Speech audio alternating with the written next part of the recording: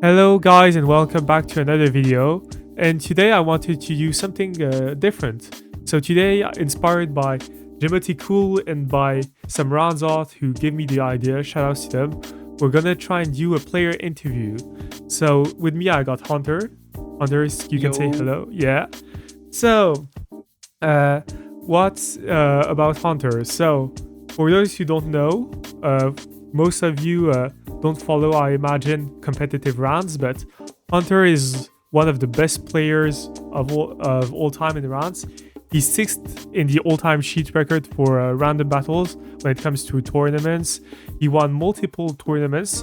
I believe he won the Doubles Open and the DS Open, which is a combination of Gen 4, 5, 6, the same year, yes, sir. right? Yes, Yeah. sir. Yes, sir. And he also made top 8 last year of the random battles circuit. So he's a strong opponent, and he's always fierce. And he also has some crazy records, like I showed in the thumbnail, 6-1 in the World Cup of Random Battles in 2024. So, do you want to add something, first of all? Well, yeah, that's obviously an older record. Since then, I've kind of, by nature of being Irish, I know you would be familiar with my drinking habits. Yeah, So I yeah. think it might have had an impact on my ability to play because I may or may not have gone 0-6 in RBTT, but that was a pure fluke. I swear I'm not that bad. Yeah, it happens to the best of us. I can say my personal experience that I always say to people, yo, I'm the GOAT, etc. And here I just finished regular season of the unofficial Metagame Premier League, where I went 3-4. So I'm like, oh shit. And I just finished AAAPL where I went 1-5. So I definitely feel you on that. It can happen to anyone. Yeah. Yeah, I'm yeah. not the next Michael Besta. That's all Yeah. I'm gonna say. There's not that many Malcolm Devers, to be fair. There's maybe just Michelius who can kind of fight for that spot. You know what? Yeah, that's actually fair. Okay, so let's start straight away with my first question is, why do you main rounds? Because most people, when they imagine random battle, it's kind of like this fun format, but there's actually a lot of competitive stuff about random battles, as I've experienced myself. Yeah, so I think the main difference for me, I played tiers uncompetitively up until Gen 9. I've never been a huge fan of building, but I used to build my own teams when I played tiers. I do not like building with Terra. I just find the randomness, ironically, the randomness of Terra in tiers uncompetitive. In Rands, every Pokemon has set terrestrialization types. And just the fact that you have to be adaptive. The start of every Rands game, you look at your team, you analyze your 6, and you say, this is the path I need to take to win this game. I need to analyze my opponent's 6. I need to kind of get as much information as I can. Same way as you do in tiers. But like obviously, like, every gen of Rands is different and parallels its, like, equivalent tier. But I think the fact that you don't have to build and prep and learn a team just means, like, I can sit down after a busy day of college. I don't have to worry about prepping a team or knowing the meta. I can just run 2 or 3 ladder games of Gen 9 and just lock in for like 15-20 minutes and get on with my day. It's less of a commitment to Yeah, that yeah. sense. Because, yeah, that's also one of the things, because I've played Mons since 2018, but I've only started playing tournaments since the mid 2023. But it was the thing is, I remember when I was in high school, it's just playing some rounds games on the phone while waiting for the next class. So I definitely feel you on that. What tiers did you actually play before random battles? I played, like, obviously, as you do, like, main gen OU is like always the forefront classic, of yeah. activity in terms of tiers, I guess. So like it was Gen 8, Gen 8 OU. Gen 8 OU, yeah. Yeah, I played a lot of Nat decks in Gen 8. I played a lot of Nat decks. Okay. And I always found that to be kind of a fun tier because it's not as kind of sweaty. Sure, there are some heinous stall builds in that decks, but that's another reason I think is because players can build to their playstyle. Like if somebody has 2 hours of their day to play one tiers game, they can run stall. But I think the thing about Rands is you could end up with Scar and Bliss in Rands, but you could also end up with like some rocks screens offense. Do you know, I just find that versatility and the requirement to be able to play multiple kind of team styles and recognize the team style at kind of the beginning of a game to be a lot more enjoyable. Yeah, I agree with you. That's one of the things I loved about rounds is the flexibility. You can play it whenever you want. It's always a different game. And I must say, last year I was 100% rounds made. I didn't play anything else. This year I'm trying out more RU stuff, and I think both experiences are fun. But I definitely feel you on the things about rounds and national decks, as I also played Gen 8 man. national decks a bit when I was. Okay, yeah. And what is it about RU actually then specifically? I don't know. I kind of picked up RE because I asked a good player, yeah, hey, I want to be drafted in SCL at some point. Which tier should I play? And he said, yeah, RU is fun.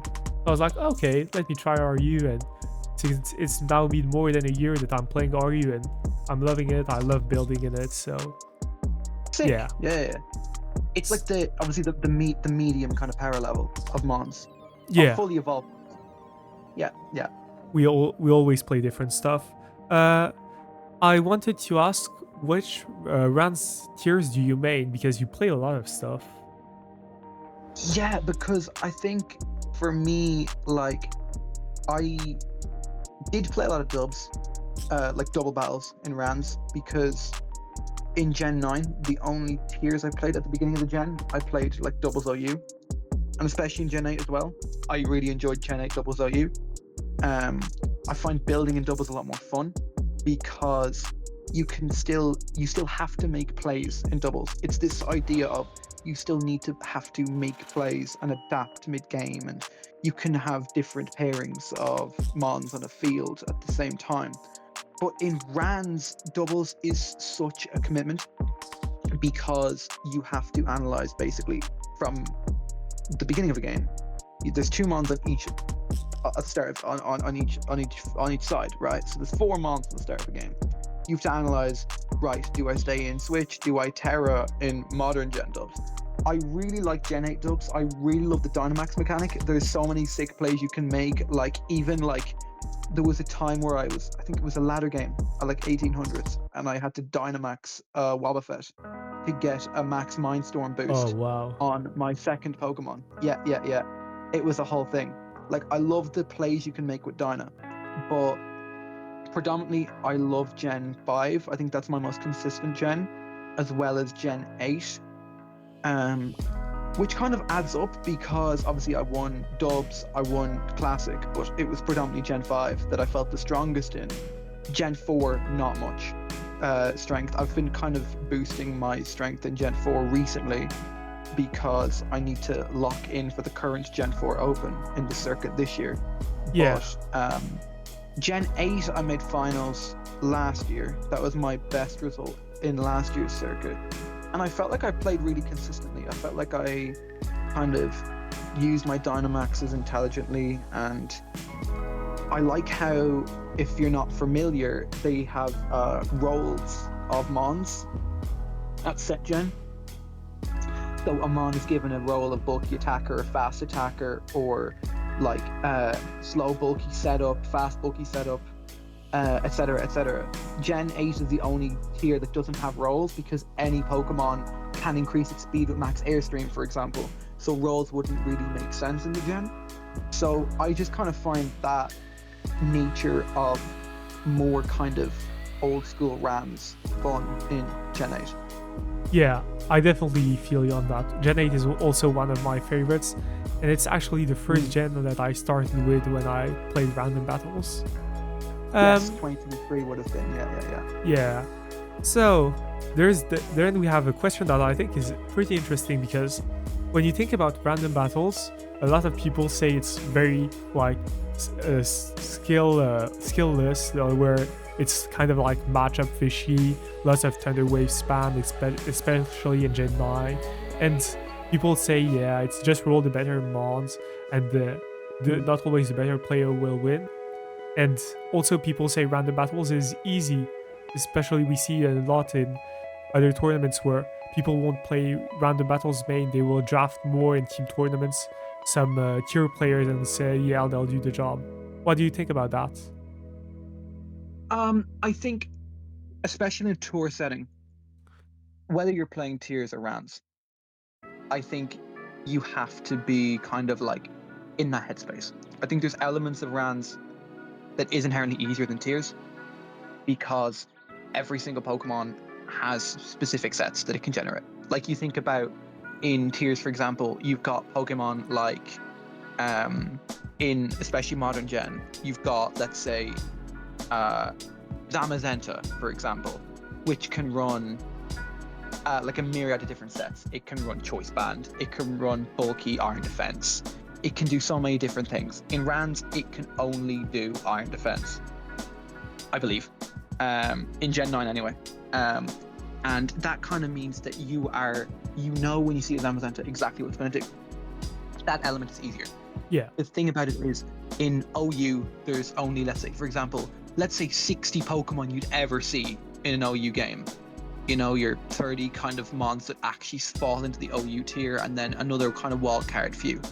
If you use a PU Pokemon in OU, with the exception of like Kincurchin, for example, if you're using like a Quark Drive offense, you're just using an unviable Pokemon. So it's like every Pokemon, because of level scaling, has viability. So that kind of idea of viability becoming like irrelevant because every Pokemon has an inherent viability, with the exception of like some of the mons that are hard-coded level 100, like Unknown or Love Disc, that can kind of fall a bit short of some other Pokemon. Yeah. But, I kind of feel like... Yeah, go on, sorry. Oh, sorry, no, just to kind of finish up my point, I just kind of feel like that is the most inherent difference, is when everything is level 100. Like, you're bringing a level 100 Love Disc in tiers, and you're fighting a level 100 Toxapex. Like, you know, what are you doing? Yeah, when you bring the Love Disc in OU, you know you've done some really bad stuff. Or you're a huge troll and you know you're trying to fish that YouTube vid at 1000 ladder. Oh, yeah. You just hate yourself, actually, at that point. Yeah. Then I have another question that I think can be interesting for people who don't play rounds a lot, or even for those who play. You'll say, how would you rank the random battle generations? From worst to best. I feel like it always changes. I don't know if you agree with me. Yeah.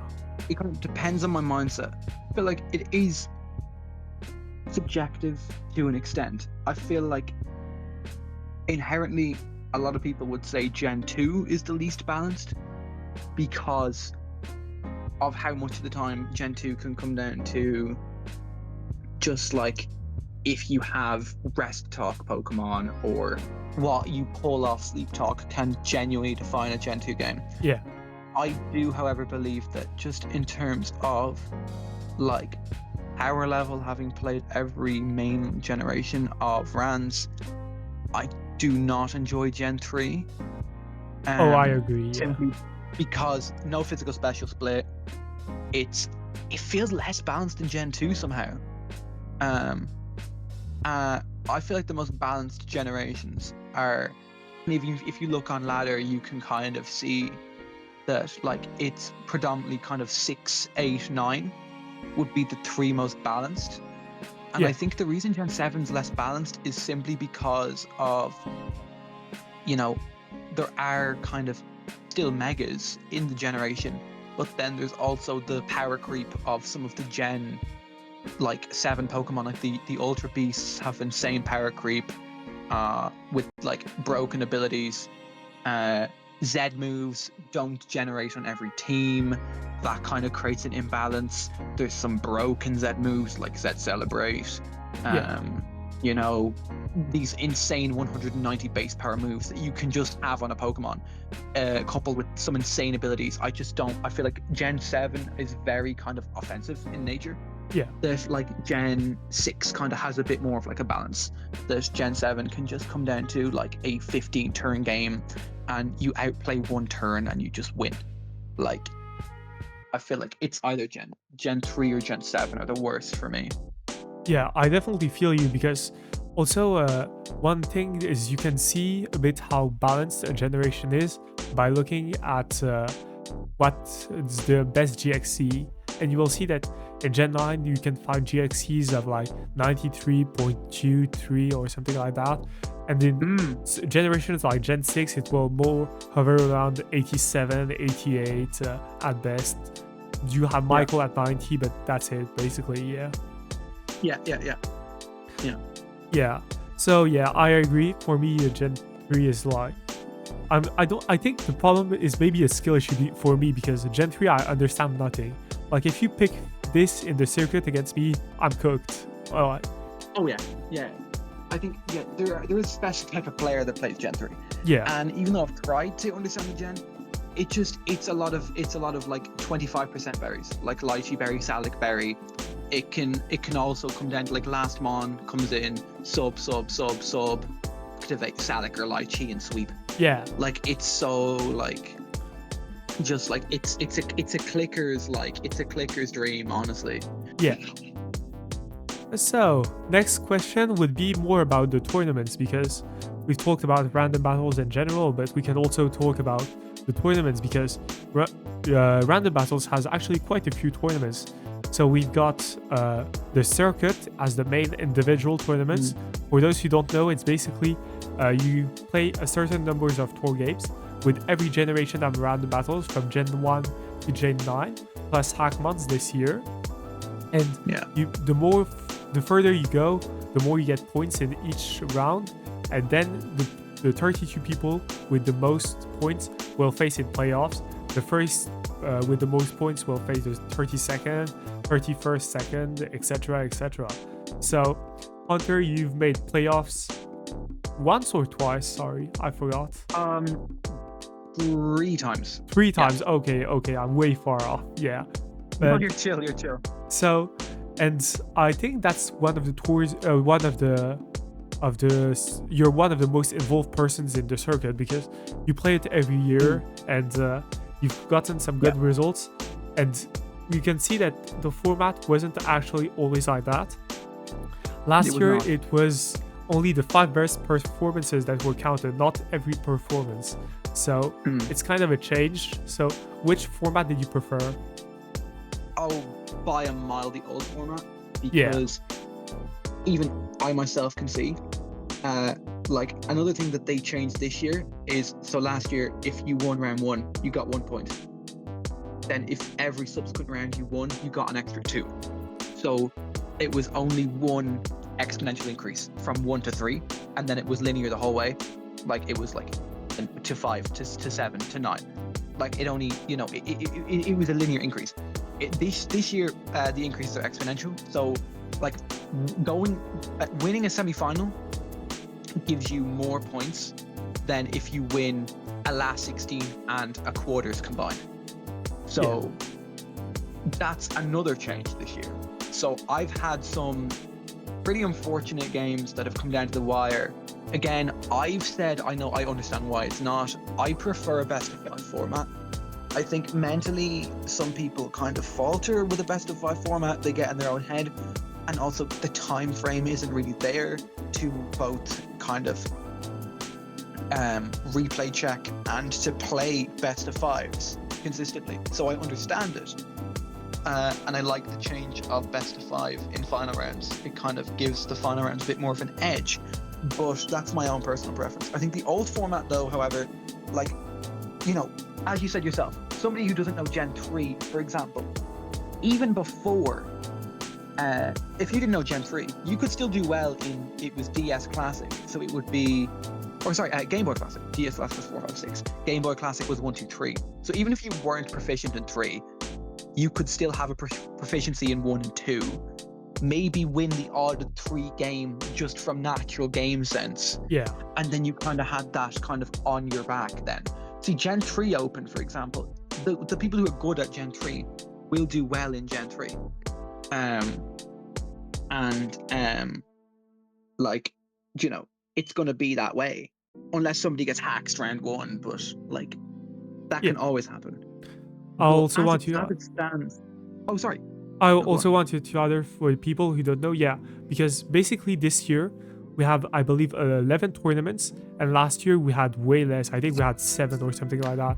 Yeah. So also in terms of stamina and being mentally there, it's way harder to be stable for 11 and consistent for 11 tournaments, because 100%. it started in, I think, in March or April, and it's still ongoing, and it will probably end in November or even the start of December. So yeah, it's insane.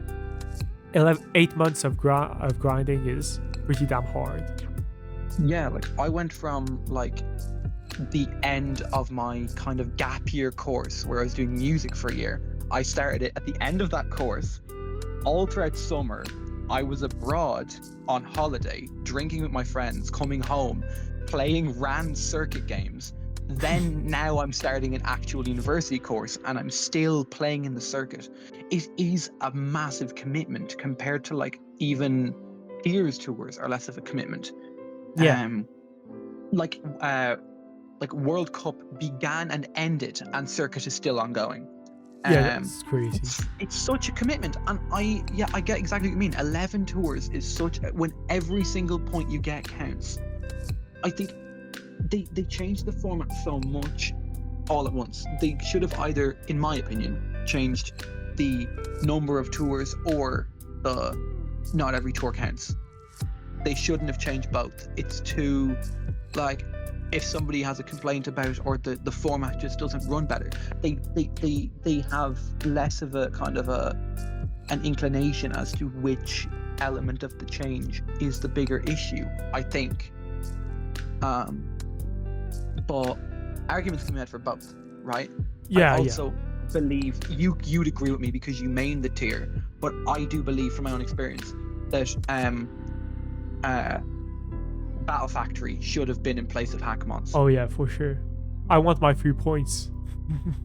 No, 100%. Yeah. Because that kind of gives, and that would also bring in, like, I noticed as well in World Cup, or was it RBTT actually? World Cup didn't have it. RBTT, there were a few tiers players who came into RANs for a bit and kind of got into RANs through RBTT because of the Battle Factory tier. Yeah. It's a replica of tiers in a RANs format. Like you load up a Battle Factory game. The randomness is what tier you get. Like you can load up Battle Factory. You can end up with a team of PU against PU, or you could end up with a team of Ubers against Ubers. Yeah. Right? I think that's a great kind of format for a tier, especially if RANs is trying to bridge that gap in this new format. If they're trying to emulate the tier circuits, not having the RANs format that emulates tiers just seems a bit kind of weird to me, I can't lie. Yeah, I agree with you. I have some concerns about the choices, and I think one of the reasons they had to cut Battle Factory and also BSS Factory, which is 3v3, is because of having so many tours already, so they had to make choices. So yeah. But yeah, circuit is always hype when it comes to playoffs. I've made playoffs once, my first year, yes, and I'm already in it for this year. And I'll say it's very hard to win the circuit, but if you win it, you're really good. You have to get lucky and be very good and very consistent at multiple generations. Because basically, for those who don't know, is the person who's higher placed during the regular phase will pick, it's a best of 5, so they can pick 3 tiers, while the loser will only pick 2. So your opponent, in theory, has the advantage in 3 tiers compared to you in 2. And because it's the first to 3 wins, it's a huge advantage. Though it's RAN, so you can always get a good matchup or outplay if you're better. It's not always the best person who's put higher in the at the beginning of playoffs, but yeah, usually it happens like that. I think it's mostly high seeds who have won the tour, right? Yeah, I think when Michael won it, he was quite a high seed. When Amaranth won it, they were high seed. And then I think forgive me if I'm wrong, it was I think a lower seed player won it the year before I started. So That could have been the only outlying year. yeah, Michael won it last year. Michelius won it 2024, and then it was Yes. Clem in 2023 and El Gino in 2022, which was the first year. No, it wasn't Amaranth. Yeah, Yeah, apologies. it That was my own Clem, mistake. not Amaranth. You know the French player won it. In fairness. Yeah. It's Yeah. it's the French pride. So Indeed, yes. yeah, and now maybe it will be an Irish who will win it this year. But I'm the only Ooh. Irish who's in it at the moment, so Yeah, you'll have to root for me. Pray on the downfall of Like, others. they're not looking good. I'll be rooting for you 100%. Yeah. Like, it's formed by me. I had some shocking exits this year. Like, I might retire. No. Cap. You always come back. Like the famous character from Five Nights at Freddy's, William Afton. Very good reference. I hope you enjoy that reference. Another that's because Random Battles doesn't only have individual tournaments, there's team tournaments, and one of them that you do usually well in is World Cup of Random Battles, because you play for Team Africa and Europe, because they both can't fill in a full team. Ireland doesn't have any players, and you actually managed this team this year. It was kind of hard from what I understood, because I was in the Discord and there was a lot of bans, and so that made it harder. Yeah, there was some people who stepped away. There were some, and then also there was a bit of like before the tournament, like for those who weren't aware, basically a country that has enough players in it that are credible and renowned can actually just kind of make themselves their own team. So in Europe, there was Team Germany by themselves, because there's a lot of good German players. Team Italy, because a lot of good Italian players. Then, for example, France, because there's a lot of good French players. But, countries like we had like a player from Austria, but there's not really any other good Austrian players. We had a player from, I think, Albania. That country would not have enough players to warrant there being a Team Austria or a Team Albania. So they kind of lump Europe and Africa into kind of one big, like one kind of super team.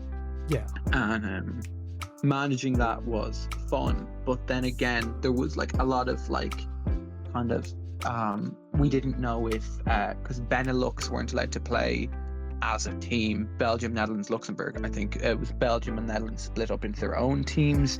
There was a whole thing about that. We weren't sure if Belgium and Netherlands would be in with us as Team Europe.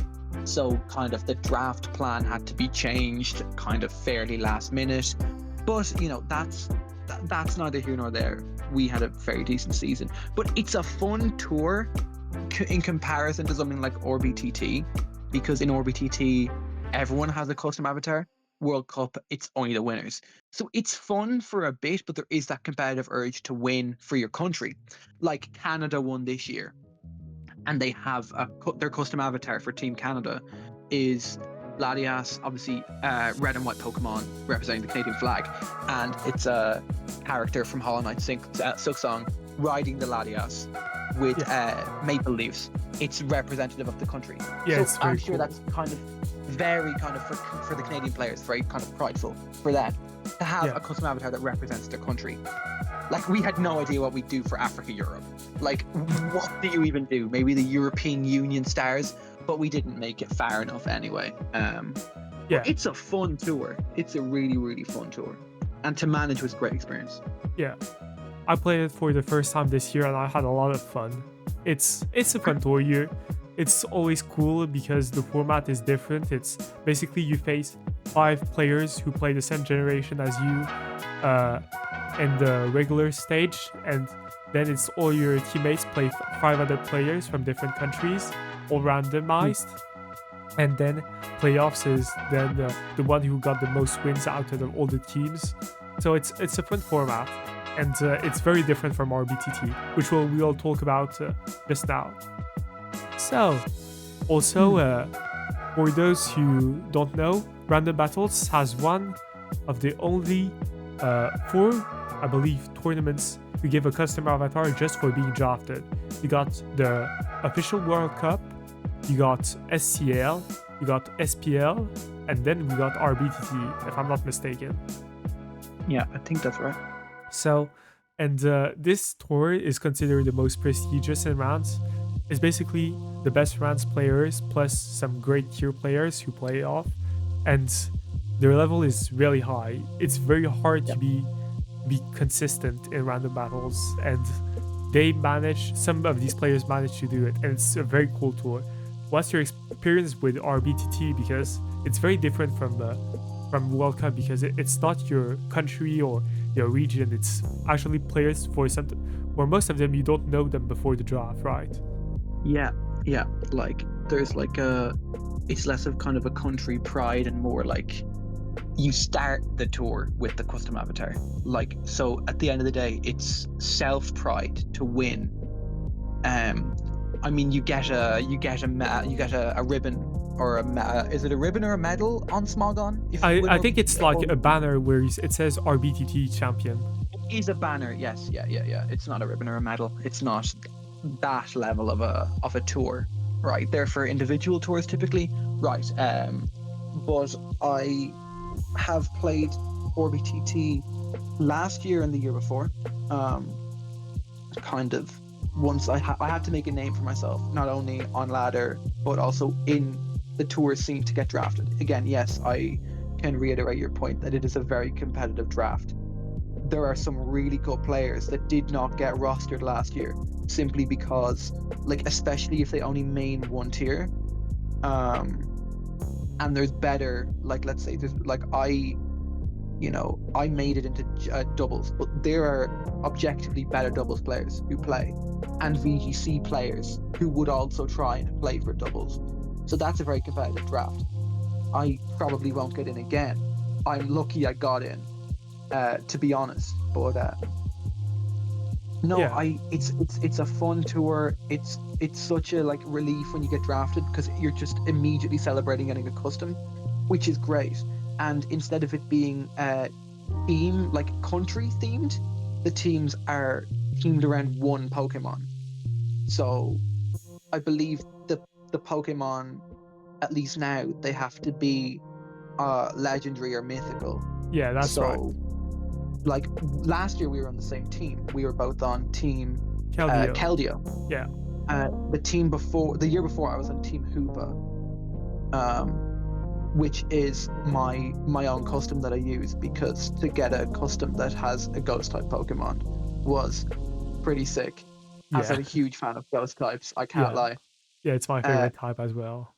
I mean, you rock the Keldeo because, like, obviously the Three Musketeers kind of thing there, the France reference, Yeah. it's a lot more representative of you.